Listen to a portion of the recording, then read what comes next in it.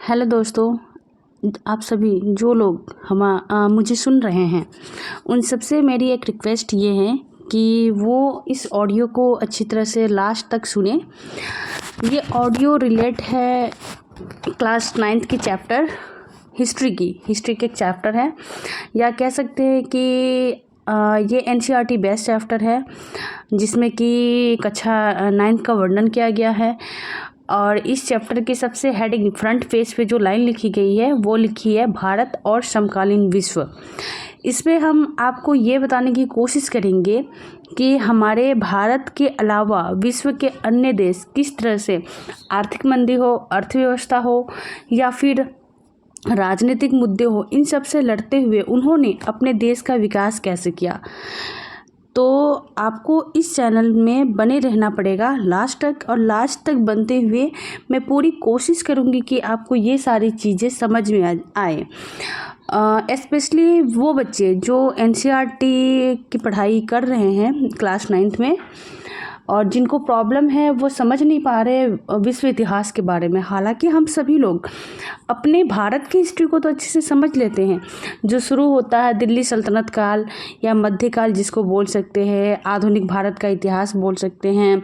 इस प्रकार बहुत सारे सुधार आंदोलन होते हैं। तो हम कहीं ना कहीं अपने इतिहास के बारे में जो भी किताबों से पढ़ते हैं, चाहे वो NCERT बेस्ड हो या फिर SCERT बेस्ड हो, उन सभी को हम बहुत ही अच्छे ढंग से पढ़ लेते हैं और काफ़ी हद तक समझ भी लेते हैं। किंतु इसमें सबसे बड़ी प्रॉब्लम ये आ जाती है कि कुछ बच्चे ऐसे होते हैं जो कि क्लास 9th हो, 10th हो या 11th 12th हो, हम 11th 12th को भी लेके लगभग चलते हैं। 40 to 50% मान के चलते कि ऐसे बच्चे होते हैं, ऐसे विद्यार्थी होते हैं जिनको वर्ल्ड हिस्ट्री पढ़ने में बहुत तकलीफ़ होती है या उन्हें समझ में नहीं आती है। तो मैं इस चैनल के माध्यम से, ये मेरा YouTube का चैनल है और इस चैनल के माध्यम से मैं पूरी कोशिश करूँगी। ये मेरा ऑडियो विजुअल, ये मैं कह सकती हूँ कि ये जो बता रही हूँ ये मेरा ऑडियो विजुअल है। मैं पूरी कोशिश करूँगी कि मैं ऑडियो के साथ साथ मैं मतलब वीडियो भी बनाऊँ। लेकिन फ़िलहाल अगर आप सभी लोग इस चैनल को पसंद कर रहे हैं या फिर करेंगे, बेल आइकन दबा लेंगे और लाइक शेयर कर देंगे, जिनको भी जो मैं अपनी तरफ से मेरी जितनी नॉलेज है मैं वो उतनी नॉलेज आप तक शेयर कर रही हूँ। तो मैं पूरी कोशिश करूँगी कि आपको ये सारी चैप्टर के कुछ फ्रंट समझ में आए। तो आप सभी से रिक्वेस्ट है कि इस चैनल को सब्सक्राइब कर दे, लाइक कर दे और शेयर कर दे अपने दोस्तों से। हम स्टार्ट करते हैं। तो सबसे पहले हम स्टार्ट करते हैं फ्रांसीसी क्रांति से, ठीक है। तो आपके क्लास 9th के चैप्टर में NCERT के क्लास 9th के फर्स्ट फ्रंट पे है फ्रांसीसी क्रांति, जिसको बोलते हैं फ्रेंच रिवॉल्यूशन। तो फ्रांसीसी क्रांति को समझने के पहले हम आपको थोड़ी सी अपने इतिहास में लेके चलते हैं, भारत के इतिहास में। भारत की सबसे पहली जो क्रांति हुई थी, या फिर उसको आप स्वतंत्रता संग्राम बोल सकते हैं या विद्रोह बोल सकते हैं या फिर क्रांति बोल सकते हैं, तो ये हमारी 1857 ईस्वी में हुई थी। हम सभी जानते हैं कि 1857 में जो क्रांति हुई थी, इससे हमारे देश को काफ़ी हद तक फ़ायदा पहुंचा था। किंतु ये जो क्रांति थी वो क्रांति एक स्ट्रेटजी में नहीं हुई थी, जिस कारण ये क्रांति असफल रही। तो पहले आपको मैं बता दूं कि क्रांति किसे कहते हैं, और दूसरी नंबर है कि स्वतंत्रता संग्राम किसे कहते हैं, तीसरी नंबर की विद्रोह किसे कहते हैं। तो आप तीनों इन वर्ड्स को, यानी कि स्वतंत्रता संग्राम, विद्रोह और क्रांति, तीनों को अच्छे से ध्यानपूर्वक सुन ले और एक कॉपी में नोट भी कर ले। तो मैं आपको बताती हूँ क्रांति उसे कहते हैं। सबसे पहले विद्रोह को लेते हैं। विद्रोह एक ऐसी शब्द है, एक टेक्निकल वर्ड बोल सकते हैं, टेक्निकल टर्म बोल सकते हैं, ठीक है। हिंदी भाषा ये आपका विद्रोह हुआ। तो किसी भी हिंसा को, या फिर कह सकते हैं कि अगर आपको किसी भी चीज़ों में नई चीज़ को करनी है, शुरू करनी है, तो वो धीरे धीरे आप शुरू कर देते हैं, जिसमें कोई प्लान वे नहीं होता। विद्रोह एक ऐसी होती है जिसमें कोई प्लान नहीं होता। अगर हम एग्जाम्पल के तौर पे आपको बताएं, तो मानो कि आपके पास 2 कलम है, पेन है, और आपके दोस्त ने एक पेन ले लिया, लेकिन आप उस पेन को जो है वो काफ़ी गुस्से से उस पेन को आप लेने के लिए आप अपने दोस्तों के बीच में लड़ाई कर लिए, ठीक है। तो लड़ाई करने का कोई प्लानिंग यहाँ हुआ नहीं था। उस आपके दोस्त ने अचानक से पेन ले लिया और आपको गुस्सा आ गया, आपने उस पेन के जगह पे आपने अपने दोस्त के साथ में झगड़े कर लिए। और ये झगड़ा जो है ना वो थोड़े से ग्रुप में बट गया, यानी कि आपके फैमिली, आप जाके अपने फैमिली को बोलते हैं कि मेरे दोस्त ने ऐसा किया, फिर वो जाके अपने फैमिली को कहता है कि वो दोस्त ने ऐसे किया, मैंने उसका पेन लिया, उसके बदले में आपने उसे मारा। और ये थोड़ी छोटी सी बात बढ़ के बड़ी हो जाती है, एक विद्रोह बन जाती है। ये प्लान्ड वे में नहीं है, ये अनप्लान्ड वे में है। अनप्लान्ड वे में ये बढ़ के छोटी सी बातें बड़ी हो गई, तो ये विद्रोह का रूप कर लिया। तो विद्रोह को अगर हम सिंपल सी भाषा में परिभाषित करें तो विद्रोह को हम ऐसा लिख सकते हैं कि विद्रोह एक अनप्लान्ड वे में की गई एक हिंसा है जिसमें कि जिसका फैलाव कुछ दिन के लिए चलता है, फिर स्वतः बंद हो जाता है। ये ज़्यादा लॉन्ग टर्म तक ये नहीं रहती है, विद्रोह जो है वो लॉन्ग टर्म तक नहीं रहती है। दूसरी नंबर आई क्या कि अब हम आप लेकर चलते क्रांति किसे कहते हैं। क्रांति ये होता है कि हम किसी भी चीज़ों को बदलने के लिए प्लान्ड वे में, ऑर्गेनाइज्ड वे में उस चीज़ को स्टेप बाय स्टेप करते हैं, ठीक है। यानी कि हम अपने घर की अर्थव्यवस्था को अच्छे और सुदृढ़ करने के लिए पहले कहीं पे जाके थोड़ी सी जॉब करते हैं। जॉब करने के साथ में हम ये कोशिश करते हैं कि हमारे जो भाई बंधु है वो भी मेरे साथ में मिलके जॉब करें, ताकि क्या हो कि हमारे घर की अर्थव्यवस्था सही हो, मजबूत हो सके। इस तरह से धीरे धीरे आपके कुछ पैसे से कुछ घर के कुछ दिन चले, आपके जो भाई है वो भी पैसे अर्न किए। इससे क्या हुआ कि आप दोनों का एक विकास हुआ। विकास होने के साथ साथ फिर आप देखते हैं कि आपके घर में तो कुछ नई चीज़ें घर में आ रहे हैं, आप खरीद रहे हैं, कुछ सामानें ला रहे हैं, घर की व्यवस्था को आप बढ़ाए जा रहे हैं। तो आप देख रहे हैं कि ये आपका जो क्रांति है ना, ये जो रिवॉल्यूशन है वो धीरे धीरे करके बिल्कुल एक तीव्र गति से काम कर रहा है। तो किसी भी क्रांति, कोई भी क्रांति, किसी भी देश की क्रांति जो है वो तीव्र गति से बढ़ते हुए एक नया मोड़ ले ले, नया बदलाव ले ले, उसे हम क्रांति कहते हैं। विद्रोह हो गया, क्रांति हो गया। अब स्वतंत्रता संग्राम क्या है? अब स्वतंत्रता संग्राम को हम एक टर्म में कह सकते हैं कि इस प्रकार की परिवर्तन जो कुछ दिन चलती है फिर रुकती है, फिर चलती है फिर रुकती है। यानी कि 1857 की क्रांति जो हमारे भारत में हुई, वो आपका मंगल पांडे को जब फांसी दे गई थी 8 अप्रैल के दिन में, तो इसके पहले हुई क्या थी कि कारतूस पे चर्बी का इनफील्ड जो आपका ये गन आई थी उस पे कारतूस की चर्बी का एक अफवाह फैल गया था कि हाँ, हिंदू और मुसलमान दोनों गुटों को या दोनों संप्रदाय को अलग अलग बांटने हैं, जिस पे अंग्रेजों ने कारतूस की चर्बी चढ़ा रखी है, गाय और सुअर की चर्बी चढ़ा रखी है। और मंगल पांडे वो ब्राह्मण समुदाय से बिलोंग करते थे। उन्होंने कहा कि हम भाई कारतूस को छीलेंगे नहीं। कारतूस में होता क्या है, गन को आप छील के तब जाके आप आगे ये बुलेट भरते हैं या फिर उसे आप फायर करते हैं। तो यहाँ पे ये अफवाह फैल गई। अब ये अफवाह जो है मंगल पांडे को अफवाह जो फैली वो फरवरी में स्टार्ट हुई, फरवरी से चलते मार्च में चली, फिर बंद हुई, फिर अप्रैल में चली, फिर मई में चली। इस तरह से क्या हुआ कि ये एक संग्राम है। क्या है? स्वतंत्रता संग्राम है, जो थोड़ा सा बढ़ रही है फिर रुक रही है, फिर बढ़ रही है फिर रुक रही है। तो इससे कोई नया परिवर्तन नहीं आया, ये जैसे था वैसे हुआ। थोड़ा सा परिवर्तन आया, फिर ये दब गया, स्वतः दब गया, जिसमें कि एकता का अभाव हुआ है और एक मतलब स्ट्रेटजी का सही से समन्वय नहीं था, जिस वजह से ये क्रांति रुक गई। तो हम अभी तक इतने टाइम, अभी 8 मिनट का ये क्लिप्स है।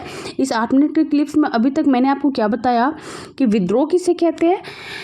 विद्रोह उसे कहते हैं जो छोटे छोटे हिंसक के रूप में या फिर बोले छोटे से लड़ाई झगड़े का एक समुदाय बनता है, जो अनप्लान्ड वे में होता है और फिर वो ख़त्म हो जाता है। क्रांति किसे कहते हैं? क्रांति एक प्लान्ड वे में होता है। हमें किसी देश में क्रांति लानी है, किसी देश की अर्थव्यवस्था को बढ़ाना है, तो हम क्रांति में धीरे धीरे करते करते एक शीघ्र परिवर्तन यानी कि तीव्र परिवर्तन कर देते हैं, तो वो क्रांति कहलाती है। वैसे ही स्वतंत्रता संग्राम जो कुछ दिन चलती है क्रांति फिर बंद हो जाती है, इसको हम क्रांति नहीं कह सकते, इसको स्वतंत्रता संग्राम कह सकते हैं। यानी कि कुछ नया परिवर्तन धीरे धीरे होता है, फिर बंद हो जाता है, फिर होता है, इसे हम स्वतंत्रता संग्राम कहते हैं। अब शुरू करते हैं यहाँ से दोस्तों। अब शुरू होती है हमारी फ्रांसीसी क्रांति। तो फ्रांस जो है वो एक यूरोप का देश है जिसको हम यूरोपियन कंट्री कहते हैं। तो हमारे एनसीईआरटी के बुक में चैप्टर 1 के सबसे फर्स्ट प्रिंट में लिखा हुआ है कि फ्रांसीसी क्रांति जो है वो 14 जुलाई सन 1789 ईस्वी को सुबह पेरिस नगर में आतंक का माहौल था। आतंक का माहौल कहने का मतलब है कि जब फ्रेंच की क्रांति का शुरुआत हुआ था, आगाज़ हुआ था 14 जुलाई 1789 को, तो फ्रांस में एक पेरिस जगह है। उस पेरिस जगह में एक किला बोल सकते हैं, हाँ, एक बास्तिल का किला है। उस बास्तिल के किले के पहले बास्तिल का जेल है। उस बास्तिल का जेल के पहले उस पेरिस शहर को एक किले की तरह बनाया गया है, किले से निर्माण किया गया है। उस किले के अंदर बास्तिल का जेल है। तो यहाँ पे फ्रेंच रिवॉल्यूशन में हुआ क्या कि 1789 के टाइम में जब किले पे लोगों ने आक्रमण किया, ठीक है, कोई भी क्रांति किस लिए होती है? हम अपने देश को आगे बढ़ाने के लिए। हालांकि हमारा जो देश था भारत, वो गुलाम था। किसका गुलाम था? इंग्लैंड का। ब्रिटिश ईस्ट इंडिया कंपनी शासन कर रही थी, उसके बाद महारानी के शासन में थी। तो हमारा देश लगभग 200 सालों तक तकरीबन गुलाम रहा। उसके पहले बहुत सारे लोगों ने हमारे देश में आके कब्जा किया। पुर्तगाल हुए, डच हुए, उसके बाद आपको डच हुए, फिर आपका ईस्ट इंडिया कंपनी हुई, फिर डेनमार्क हुआ, डेनमार्क के बाद आपका ये बोल दूँ मैं फ्रांस हुआ, फिर फ्रांस के बाद, यानी कि आप लगभग देखेंगे तो हमारी जो देश थी भारत, वो कहीं ना कहीं बहुत सारे देशों का औपनिवेशिक रहा है। तो फ्रांस जो है वो फ्रांस भी इसी तरह के जंजीरों में जकड़ा हुआ था। लेकिन फ्रांस आज़ाद था। फ्रांस जो थी वो फ्रांस बिल्कुल आज़ाद देश था। इसमें जो कमियां थी, फ्रांस को जो अधिकार प्राप्त नहीं हुए थे वो थे समानता, बंधुत्व, एकाधिकार, यानी कि हम सबको एक समान रूप से जो है वहाँ के फ्रांस के जो राजकुमार थे वो लोगों को देखते नहीं थे। वो अपने तरफ से क्या करते थे कि अपनी तरफ से नियम और कानून को बनाते थे। जिस नियम कानून के तहत फ्रांस के जितने भी लोग यानी कहने का मतलब चाहे उसमें आदमी हो, महिला हो, युवा हो, बुजुर्ग हो, ये सभी वर्ग के लोगों को बहुत सारी कठिनाइयों का सामना करना पड़ता था। और इन्हीं कठिनाइयों को देखते हुए फ्रांस के लोगों ने 14 जुलाई 1789 को यूरोप की पेरिस शहर से क्रांति शुरू कर दी। और ये क्रांति जो है वो पेरिस शहर में एक बास्तिल का जेल था। बास्तिल के जेल में 7 कैदी थे। बास्तिल के जेल में क्या थे? 7 कैदी थे। 7 कैदी में जितने भी लोग थे ना, वो क्या किए कि अपने कैदियों को वहाँ की जनता ने छुड़ा लिया और उसमें एक कमांडर की मौत हो जाती है। जब यूरोपवासी बास्तिल के किले पे अटैक करते हैं, बास्तिल की जेल पे अटैक करते हैं, तो बास्तिल में जो कैदी रहते हैं उन कैदियों की संख्या कितनी होती है? 7 होती है। अब 7 कैदी को तो भलेपूर्वक छुड़ा लिया जाता है। लेकिन फ्रांस में किस प्रकार की शासन रहती है? निरंकुश शासन मतलब कि जिसमें किसी अदर कंट्री या फिर अदर स्टेट के लोग किसी भी तरह का कोई हस्तक्षेप नहीं करेंगे। जो शासन राजाओं द्वारा चल रही है वो शासन ही वहीं पे संचालित होगी। किसी और कंट्री की शासन वहाँ पे नहीं चल सकती है। तो ऐसी शासन को हम लोग कहते हैं निरंकुश, मतलब जिसपे कोई भी कंट्री अंकुश न लगा सके वो निरंकुश है। तो इस प्रकार के शासन को हम कहते हैं निरंकुश शासन। जो 14 जुलाई 1789 को फ्रांस के लोगों ने बहुत बड़ी विद्रोह की समानता के लिए, अधिकार के लिए, जिसमें बास्तिल के जेल और किले पे लोगों ने धावा बोला। 7 कैदियों को छुड़ा लिए गए और 7 कैदियों को छुड़ा लेने के बाद में यहाँ से शुरू होती है फ्रांसीसी क्रांति। अब फ्रांसीसी क्रांति में एक मोड़ आता है कि यहाँ के जो महिला वर्ग रहते हैं, ठीक है, उन महिला वर्ग में और आदमी वर्ग में, दोनों में बहुत ज़मीन आसमान का अंतर होता है। क्योंकि फ्रांस एक ऐसी कंट्री है, अभी आधुनिक के टाइम की बात करूँ तो फ्रांस में अभी के टाइम में मेल हो या फीमेल हो दोनों इक्वल रूप से है। क्यों? जब फ्रांस में संविधान सभा का गठन होता है तो उस संविधान सभा के गठन में संवैधानिक रूप में मिलते हैं कि आदमी और औरतों, आदमी को तो हक मिल जाता है वोट डालने का, लेकिन फ्रांस की महिला को हमारे देश में आज़ादी के 1 साल पहले उन्हें वोट डालने का अधिकार प्राप्त हुआ। हमारा देश आज़ाद हुआ 1947 में। अब फ्रांस में जो फ्रांसीसी क्रांति हुई वो हुई थी 14 जुलाई 1789 ईस्वी को।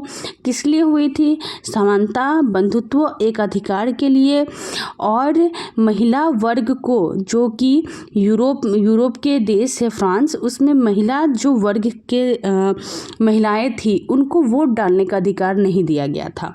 और वोट डालने का अधिकार जो है वो हमारे देश के आज़ाद होने के 1 साल पहले 1946 में मिलता है, वोट डालने का अधिकार फ्रांस को, फ्रांस की महिलाओं को। यानी कि आप जोड़ सकते हैं कि 1789 से लेकर 1946 एक लंबा दौर हो गया। इस लंबे दौर तक महिलाओं को एक अलग आपको बोल दे कि पैसिव, निष्क्रिय रूप में रखा गया था कि आप तो काउंट तो होंगे, जनसंख्या में काउंट तो होंगे, लेकिन आपको वोट डालने का अधिकार नहीं मिलेगा। तो यही वोट डालने का अधिकार, समानता, बंधुत्व, एक अधिकार को लेकर फ्रांसीसी क्रांति होती है। और फ्रांसीसी क्रांति काफ़ी व्यापक क्रांति होती है। फ्रांसीसी क्रांति का हमारे देश में, हमारे देश ही नहीं बल्कि विश्व के जितने भी सारे देश हैं उन सभी देशों को एक लेसन मिलता है कि आप अपने हक के लिए, अपने एक अधिकार के लिए, आप किसी भी राजा हो या फिर राजकुमारी हो या फिर किसी भी तरह की कोई भी उत्तराधिकारी हो, उसको हटाकर आप एक राजतंत्र की व्यवस्था कर सकते हैं, प्रजातंत्र की व्यवस्था कर सकते हैं, वो भी काफ़ी अच्छे वे में। तो हम चलते हैं फ्रांस। अभी तक मैंने जितना कुछ भी आप लोगों को बताया, आई होप कि आप लोगों को समझ आ गया होगा। अब चलते हैं दूसरे पैराग्राफ में। दूसरे पैराग्राफ में कहने का मतलब है कि फ्रांस में किन वंश का शासक था। होता है ना कि अगर आप किसी, हमारे देश में भारत है तो भारत में बहुत सारे, पहले सबसे पुरानी पार्टी थी 1885 में जो बनी थी, कांग्रेस सरकार की पार्टी थी, और इस तरह से कांग्रेस काफ़ी पुरानी राजनीतिक पार्टी है। तो किसी भी देश को चलाने के लिए एक पार्टी होना बहुत ज़रूरी है जो कि राजनीतिक वे में हो पार्टी। तो फ्रांस में एक पार्टी थी, पार्टी नहीं कह सकती इसको, फ्रांस में एक वंश बोल सकते हैं, राजवंश, राजा का ही वंश चलता था। तो जब 14 जुलाई 1789 को फ्रांस की क्रांति पे लोगों ने धावा बोला, उस वक्त जो फ्रांस के राजवंश थे वो बुर्बो राजवंश कहलाता था, जिसको आप बर्बन बोल सकते हैं। ठीक है, बुर्बो राजवंश की एक खासियत ये थी कि इसमें जितने भी वंशज चलते थे वे सभी को लुई कहा जाता था।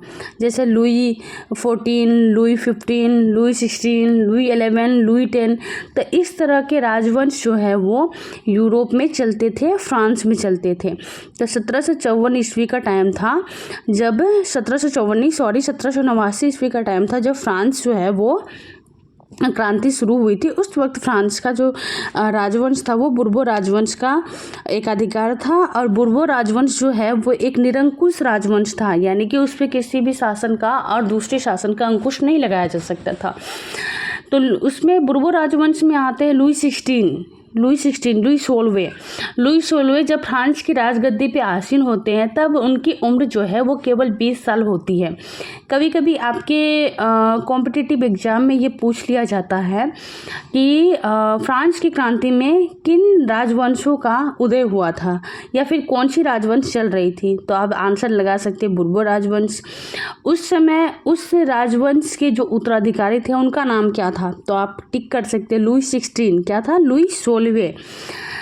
और लुई 16 जो उत्तराधिकारी बने थे वो कब बने थे, तो लुई 16 फ्रांस में फ्रांस में 1774 में उत्तराधिकारी बने थे।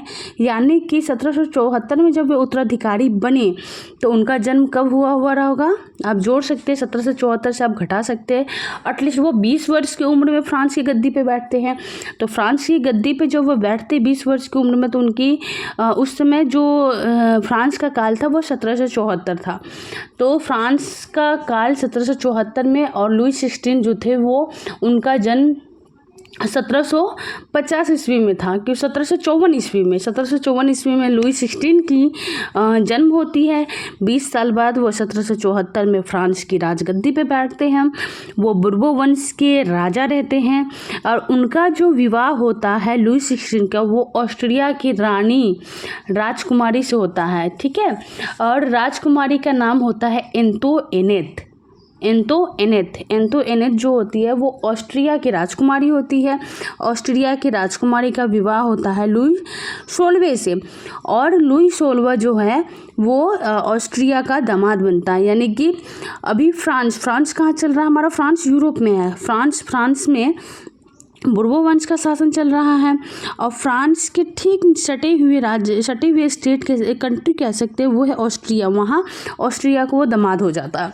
तो इस प्रकार से लुई 16 जो है वो राजगद्दी पे बैठता है। ठीक है, तो यहाँ पर सबसे बड़ी बात ये आती है कि लुई 16 की जो बीवी जो है ना, जाहिर सी बात है कि वो ऑस्ट्रिया की राजकुमारी रहती है। तो ऑस्ट्रिया की राजकुमारी होने के कारण वो काफ़ी खर्चालू होती है, बहुत हद तक वो खर्चा में माहिर होती है। यहाँ तक कि कहा जाता है कि जब उनके बच्चे की जन्म हुई थी, राजकुमारी जब माँ बनी थी, तो उनके बच्चों को पालने के लिए, रखने के लिए 600 मेड रखे गए थे। यानी कि 600 आया रखी गई थी, जो उनके बच्चों को कभी सुला सके, लोड़ी गा सके, कुछ खिला सके। इस तरह के बहुत सारे वो राजकुमारी के पीछे नौकरानियाँ, 600 नौकरानियाँ हुआ करती थी। तो आप समझ सकते हैं इससे कि वो काफ़ी ज़्यादा खर्चालू महिला थी। तो यहाँ पे जब बात आ गई फ्रांसीसी क्रांति की, तो लुई 16 जो थे ना, वो अपने राजगद्दी पे जब बैठते हैं तो उन्हें अपने राजवंश के रूप में बहुत सारे तिजोरी खाली मिलती है। कहने का मतलब कि जो लुई 15 रहते हैं, लुई 15 के टाइम में काफ़ी, लुई 15वें जो है ना वो काफ़ी हद तक, आपको मैं बता दूं कि लुई 15वें काफ़ी हद तक एक राजा था। ठीक है, काफ़ी हद तक बहुत शक्तिशाली राजा था। उसके अंदर जो है वो बहुत सारे क्रांति भी हुई, लेकिन कुछ क्रांति जो थी वो दब गई थी। ठीक है, लेकिन कुछ क्रांति जो है वो शुरू हुई थी। तो उसमें से थे एक कि जब अमेरिका को 13 उपनिवेश, जब अमेरिका और इंग्लैंड के बीच में लड़ाई हो रही थी, तब ये फ्रांस ने कहा था कि हम आपके 13 उपनिवेश को जो है, उपनिवेश कहने का मतलब ये कॉलोनी, जैसे कि होते हैं ना कि एक राज्य में, एक देश में छोटे राज्य होते हैं, तो उनको हम लोग उपनिवेश कह सकते हैं। और उसी तरह से जो है अमेरिका में 13 उपनिवेश थे। तो 13 उपनिवेश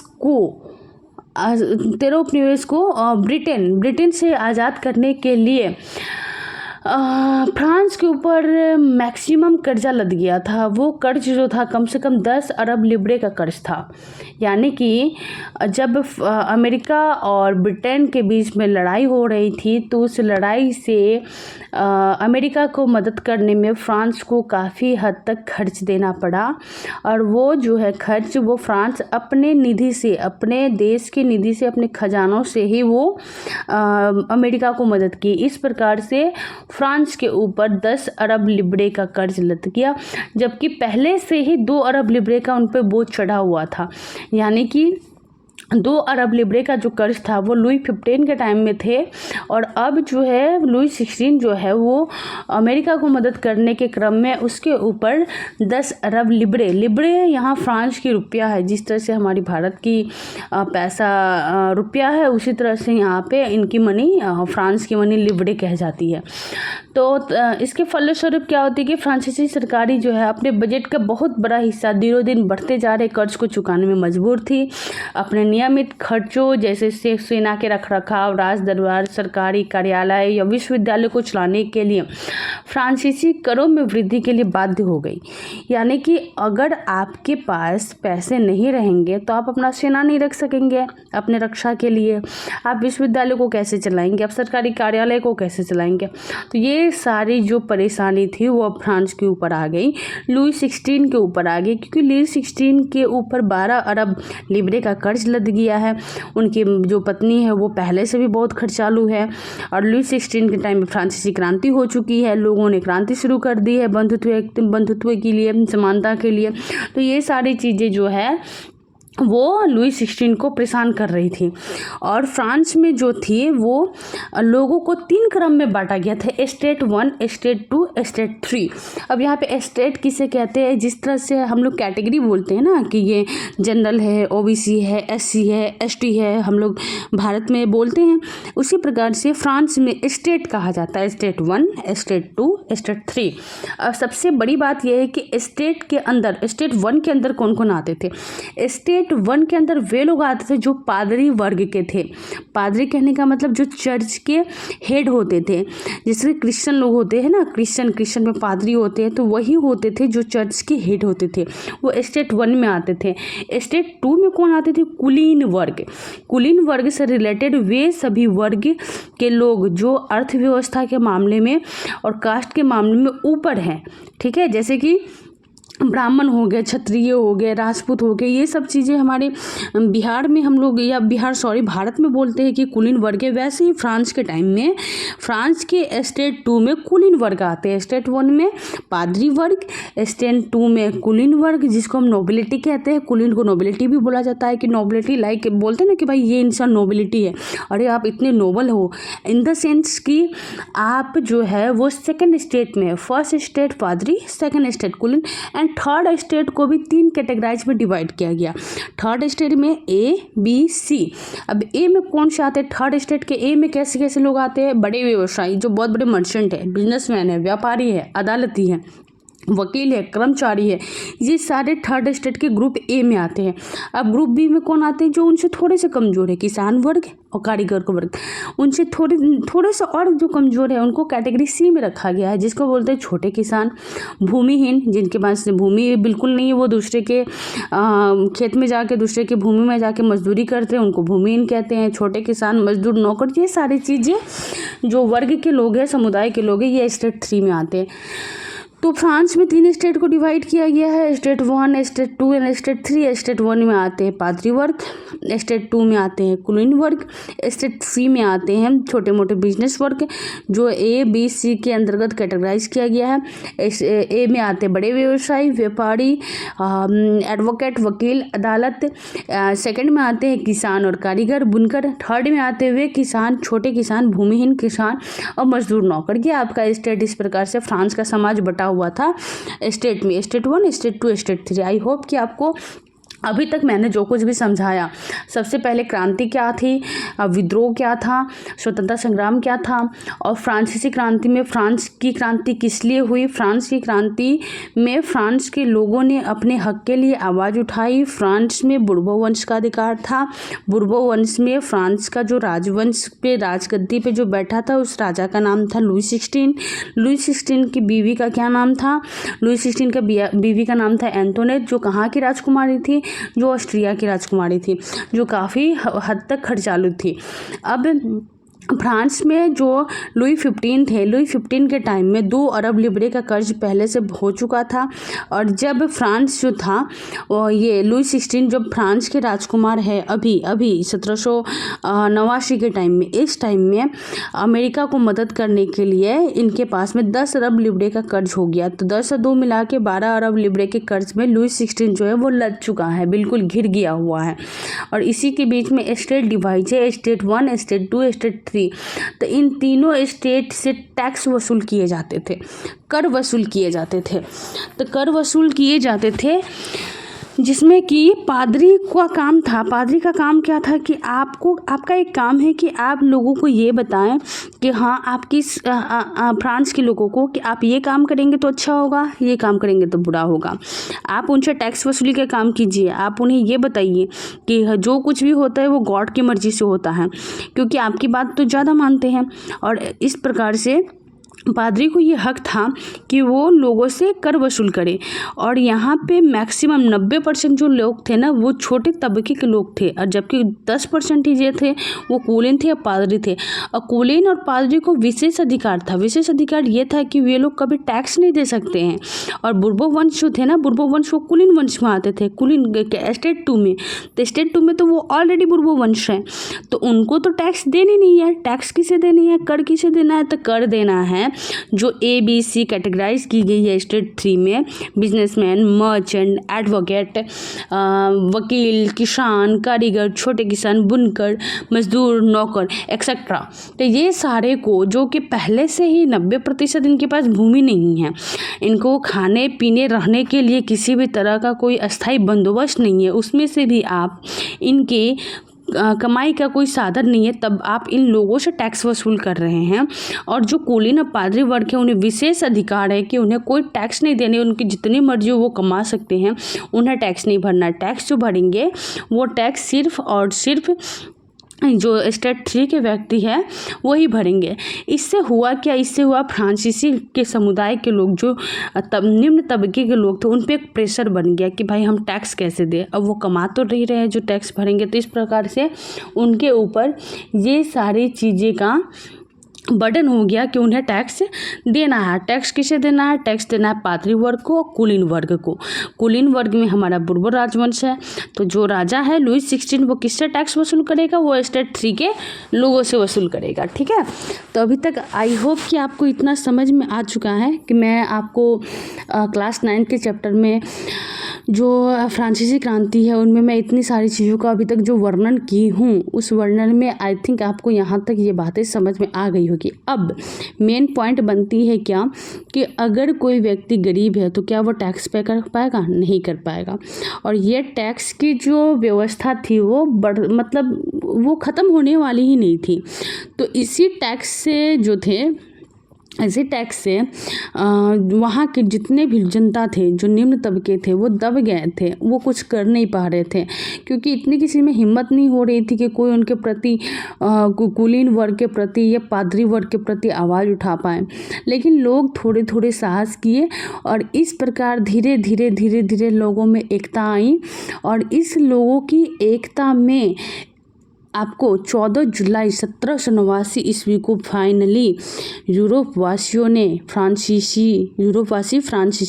फ्रांस ने 14 जुलाई 1789 को बास्तिल के किले की जेल को तोड़ डाला, 7 कैदियों को निकाल डाला और यही 7 कैदी रिहा हुए। और इसी समय से निरंकुश शासन को तोड़ा गया और यहाँ से फ्रांसीसी क्रांति की शुरुआत हुई।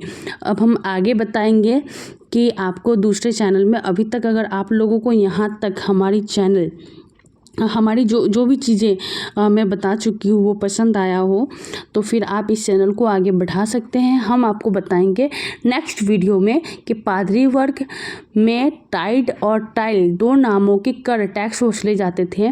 वो टैक्स किन किन चीज़ों पे दी जाती थी और जिससे कि लोगों को और परेशानी हुई। ठीक है, तब तक के लिए धन्यवाद। Thank you.